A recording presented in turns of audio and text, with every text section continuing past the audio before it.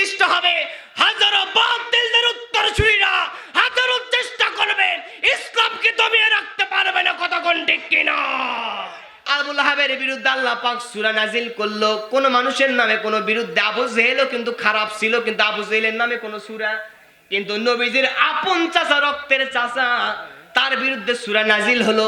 কারণ হলো একটা, আবু লাহাব কোরআনের সঙ্গে, নবীর সঙ্গে ডাইরেক্ট একেবারে বেয়াদবি করেছে। কথা কোন ঠিক কিনা? নবীজির উম্মত হয়েছেন, নবীজির ইসলাম মেনে নিয়েছেন, নামাজ পড়েছেন, জুব্বা পড়েছেন, জামা পড়েছেন, টুপি করেছেন, সমস্ত কিছু মেনে নিয়েছেন। আল্লাহর বিধান যদি পুরাপুরি মেনে না নেওয়া যায়, আল্লাহ বলছে ওই ব্যক্তিরা কোনোদিন মুমিন আর ইমানদার হইতে পারবে না। দলিল কোথায় নেবেন? আল্লাহ রাব্বুল আলামিন বলছেন, ফালা ওয়া রাব্বিকা লা ইউমিনুনা হাত্তা ইউহাক্কিমুকা ফীমা শাজারা বাইনাহুম সুম্মা লা ইয়াজিদু ফি আনফুসিহিম হারাজাম মিম্মা কাদাইতা ওয়া ইউসাল্লিমু তাসলিমা। আল্লাহ রাব্বুল আলামিন বলেন, ওই ব্যক্তিরা ততক্ষণ পর্যন্ত মুমিন ইমানদার হইতে পারবে না যতক্ষণ পর্যন্ত আমার নবীজিকে রান্নাঘর থেকে পার্লামেন্ট পর্যন্ত বিচারক হিসেবে মেনে নিতে না পারবে, ততক্ষণ পর্যন্ত কোন মানুষ মুমিন আর ইমানদার হওয়া সম্ভব, আরো জোরে কোন সম্ভব? সম্ভব নয়। এই জন্য নবীজির আদর্শ সমস্ত ক্ষেত্রে মানা লাগবে। আমার দেশে কত জুলুম, কত অন্যায়, কত নির্যাতন, চুরি, গুম, খুন, কত কিছু হয়। এই যে আজকের পত্রিকায় কর্তয় নিউজে আসছে, গতকালকের মনে হয় ঘটনা, একজন মানুষ তার স্ত্রীর 3টা কন্যা সন্তান এবং স্ত্রী তার শ্যালককে হত্যা করেছে। কথা কোন ঠিক কিনা? একটা ফ্যামিলির 5 জন মানুষকে অন্যায় ভাবে হত্যা করলো।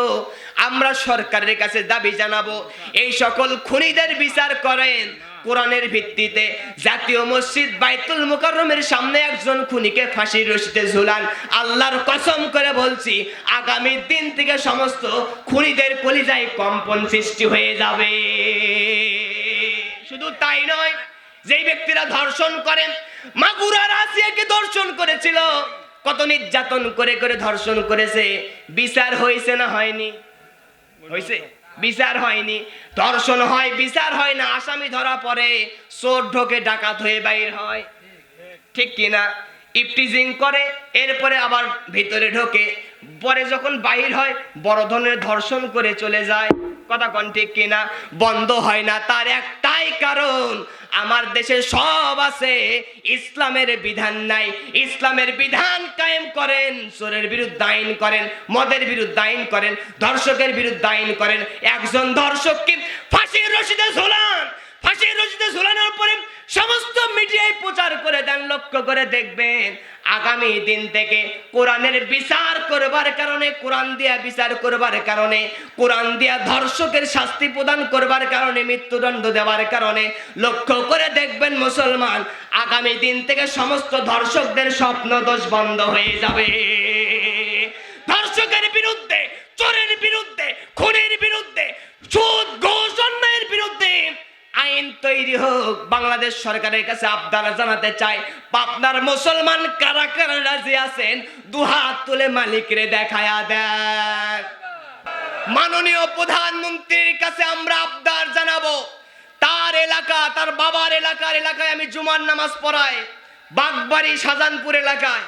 আমি আবদার জানাতে চাই, ছোট্ট ক্ষুদ্র মানুষ হিসাবে, ধর্ষকের বিরুদ্ধে কোরআন থেকে আইন করুন, চোরের বিরুদ্ধে কোরআন থেকে আইন করুন, জেনাকারের বিরুদ্ধে কোরআন থেকে আইন করুন, মাদকের বিরুদ্ধে আপনি আইন তৈরি করুন, জুলাই সনদকে বাস্তবায়ন করুন। আমার দেশ আগামীতে অনেক উন্নতি হয়ে যাবে। কতক্ষণ ঠিক কিনা? কোরআনের বিরুদ্ধে যদি আইন তৈরি করা হয়, কোনোদিন এই দেশে শান্তি আসবে